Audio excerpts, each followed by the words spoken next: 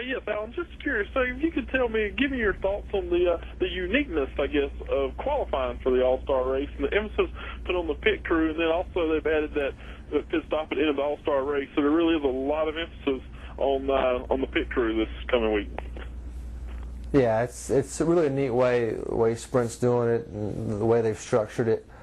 But like you said, the winner, the finishing order in the pit crew challenge is going to determine your pit stall selection, which is going to be really important. I think the importance is going to be a little higher than it has been in years past with the way the last pit stop structured on pit road, so you can get a good pit stall and you can really work those timelines and do everything you can to get the track position you need. So, and then that last pit stop, it'll be a 4-tire change, and they're going to let the teams do the adjustments beforehand, so it'll be strictly straight up pit crew against pit crew. And that may be between that and the pit stall what decides the outcome of the race. If you can get a good pit stop, good pit stall, good pit stop, and get the track position for 10 laps, I think you've got such good competitors. Those guys are going to be hard to pass in 10 laps, and they're going to really get after it if you get that clean air. So ultimately, the pit crew, it may come down to the pit crew. They're going to have a huge impact on it. And I think it's great. I mean, all the pit crew guys are really excited about it. The more they have, more control they have of the outcome, the more motivation is for them. So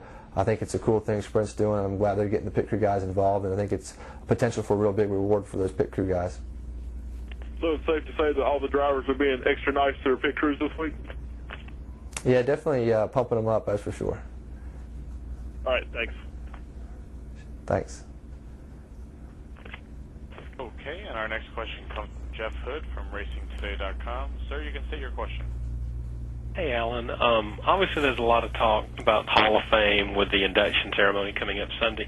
A lot of people say Martin is going to go down as one of the great drivers in NASCAR, and although he does not have a Sprint Cup championship, he does have a lot of victories.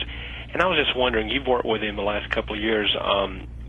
Would you be able to make a case as far as down the road why Martin should be in the Hall of Fame one day?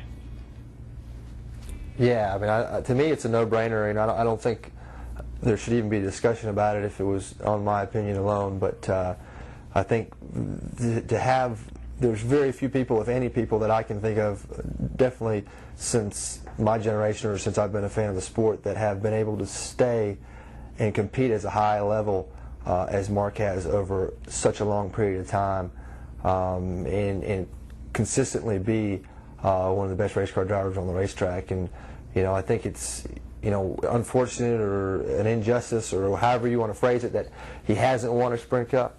I do think it's something that he deserves, and he should have won, and hopefully he will win. But as far as where he ranks, I definitely think he's one of the best all time, and I don't think you really can argue that fact. And I don't think he's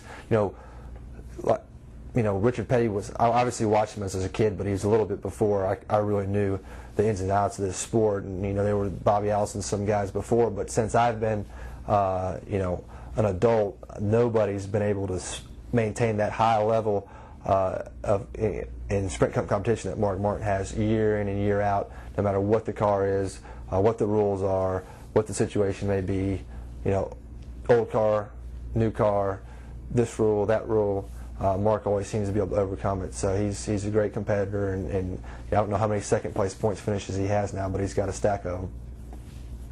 Thank you. Thanks. And our next question comes from Robert Drogi from BRD Broadcasting. Sir, you can state your question. Thank you. Alan, one of the big problems car dealers are having all over the United States is finding mechanics that have the know-how to repair today's engines because of computer technology. Have the engines in NASCAR changed that much where you, Alan, open up the hood and just scratch your head? Well, not as in a direct as a way as what you're stating. The typical car on the road with the fuel injection and the computer management systems and the emphasis on efficiency to generate horsepower, they have changed tons, obviously, in 20 years, immensely, 5 years, immensely. Our sport, the general concept and package has stayed the same, but where the technology really comes into play in our sport is the development the instrumentation, the design, the manufacturing process. All that stuff is very, very, very specialized, highly technical, and it's amazing some of the things that we're able to do here at Hendrick Motorsports with these Chevrolet engines. So, you know, you look at it and say, oh man, these cars are still carbureted, they're pushrod V8 engines.